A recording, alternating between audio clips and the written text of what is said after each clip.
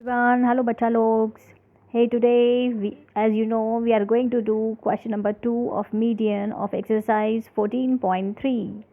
Here the question number 2 is, see, this question is very important, and why it is important I will tell you. See here, the class interval is given to us 0 to 10, 10 to 20, 20 to 30, 30 to 40 till 60, right? And frequency is also given to us 5, x, 20, 15, y and 5. सी है यहाँ पर हमारे पास frequency x और y given है, जो unknown है, जो variables हैं, और यही हमारा टारगेट है जिसमें हमें x और y की वैल्यू फाइंड आउट करनी है with the formula of median. ठीक है, क्योंकि ये मीडियन का क्वेश्चन है, राइट? अब एज वी नो, अगर आपने मेरी प्रीवियस वीडियोस देखी होंगी तो मैंने उसमें आपको मीडियन का कॉन्सेप्ट समझाया था, क्वेश्चन नंबर 1 समझाया था. तो I think you are clear now. हमें मीडियन में सिर्फ एक ही कॉलम की ज़रूरत होती है और वो कॉलम होता है हमारा CF का, that is the cumulative frequency. अब क्यूमुलेटिव फ्रिक्वेंसी आप कैसे निकालते हो? Cumulative frequency is the sum of all the previous frequencies. Cumulative frequency क्या होता है? हम ऐड करते चले जाते हैं प्रीवियस फ्रिक्वेंसी में अपनी जो हमारी करंट फ्रिक्वेंसी है उसको. लाइक फर्स्ट फ्रिक्वेंसी इज़ 5, तो 5 का 5 हो जाएगा क्योंकि इसके पहले कोई भी फ्रिक्वेंसी नहीं है. द नेक्स्ट क्यूमुलेटिव फ्रिक्वेंसी क्या हो जाएगी? 5 plus x, that is 5 plus x. Similarly जब आप थर्ड क्यूमुलेटिव फ्रिक्वेंसी निकालोगे, that will B 5 plus x, जो आपके पास पहले से था. और आपकी करंट फ्रिक्वेंसी कौन सी है थर्ड इंटरवल की? 20. तो कितना हो गया? 20 plus 5 plus x, that is 25 plus x. Next is 25 plus x, जो आपके पास ऑलरेडी है, प्लस जो आपकी नेक्स्ट फ्रिक्वेंसी है, that is 15. Okay, in the same way हम इसमें y ऐड करेंगे नेक्स्ट क्यूमुलेटिव फ्रिक्वेंसी को निकालने के लिए. तो 25 प्लस 15 कितना हुआ? 40. 40 plus x and plus y, you will get 40 plus x plus y. And the last cumulative frequency वो क्या आ जाएगी आपकी? 40 plus x plus y plus 5. कितना हो गया? 45 plus x plus y. Okay, now what we will do, हम लोग सम करेंगे क्यूमुलेटिव फ्रिक्वेंसी का, पर नहीं कर सकते क्योंकि यहाँ पर एक्स और वाई हमारा अननोन है. बट ऐसे वाले केसेस में ये याद रखोगे आप हमेशा, जब भी हमारे पास अननोन फ्रिक्वेंसीज गिवन होती हैं तो वहाँ पर मीन, मोड या मीडियन गिवन होता है, जिससे हमें पता चल जाता है हमें कौन सा फॉर्मूला लगाना है.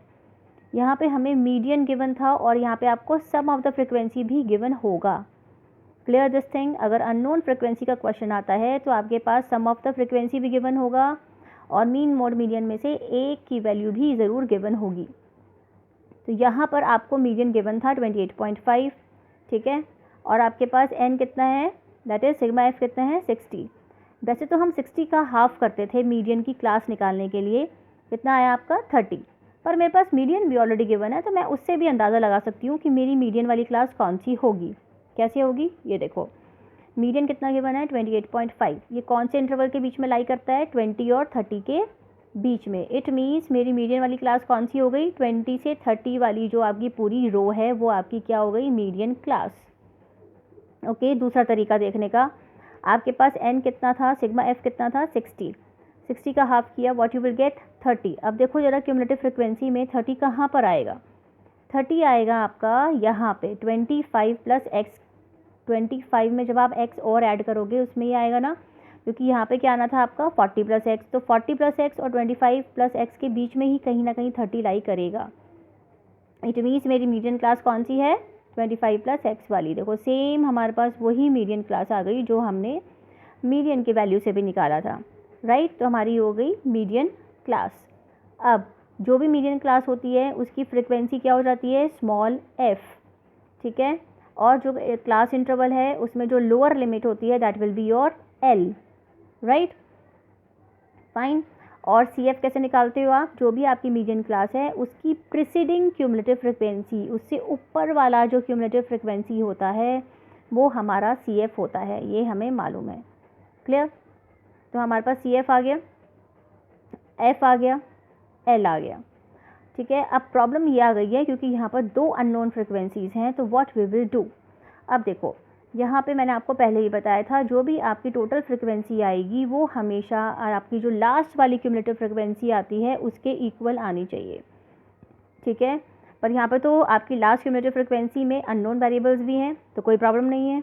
तो व्हाट यू विल डू, हम लोग सम ऑफ द फ्रिक्वेंसीज़ को लास्ट क्यूमुलेटिव फ्रिक्वेंसी के इक्वल पुट कर देंगे। Total frequency is equals to last frequency, ये हमेशा याद रखेंगे अपने क्वेश्चन को चेक करने के लिए क्या हमने क्यूमुलेटिव फ्रिक्वेंसी करेक्ट निकाली है या नहीं निकाली है। It means 60 is equals to 45 plus x plus y, कितना हो गया, that will be x plus y is equals to 15। ये हमारी बन गई first equation. Now I know मेरा मीडियन का फॉर्मूला होता है L plus n upon 2 minus c f upon f into h. L क्या है, लोअर लिमिट, एन अपॉन 2 क्या है, जो आपने सम ऑफ सिग्मा निकाला था उसका हाफ, सी एफ क्या है, मेरी क्यूमुलेटिव फ्रिक्वेंसी जो मैंने निकाली थी अभी, मेरी क्यूमुलेटिव फ्रिक्वेंसी कौन सी होगी, एफ क्या होगा, मीडियन क्लास की जो फ्रिक्वेंसी है वो, that is small f, and h is the class size. Class size कैसे निकालते हैं हम, upper limit minus lower limit, ठीक है। तो median is given to me 28.5, मैंने वैल्यू पुट कर दी है। एल मेरा 20 आया था मीडियन क्लास से, 30 minus 5 plus x, 5 plus x क्या था मेरा, क्यूमुलेटिव फ्रिक्वेंसी जो हमने निकाला था, अपॉन 20 फ्रिक्वेंसी जो मीडियन क्लास की थी, and H 10 upper limit minus lower limit, ठीक है। वो आपका क्लास इंटरवल का डिफरेंस कितना आ गया, 10, that is the class size. जब आप इस पूरे फॉर्मूले को सॉल्व करेंगे, ब्रैकेट ओपन करेंगे, क्या ध्यान रखेंगे, माइनस प्लस माइनस हो जाता है, ओके। बहुत ध्यान से इसको कैलकुलेट करेंगे, आपके पास लास्ट में क्या आ जाएगा, 47 is equals to 65 minus x, तो एक्स कितना आ गया हमारा 8, ठीक है। सिर्फ एक्स आया है मुझे, लेकिन वाई भी निकालना है। Then how you will find it out, by the equation number 1। हमारी इक्वेशन नंबर 1 क्या थी, x plus y is equals to 15। जब आपने सम ऑफ द फ्रिक्वेंसी को लास्ट क्यूमुलेटिव फ्रिक्वेंसी के इक्वल रखा था तब आपके पास इक्वेशन नंबर 1 आया था, right. I think you all know. यहाँ पर आप x की वैल्यू रख देंगे 8 plus y is equals to 15।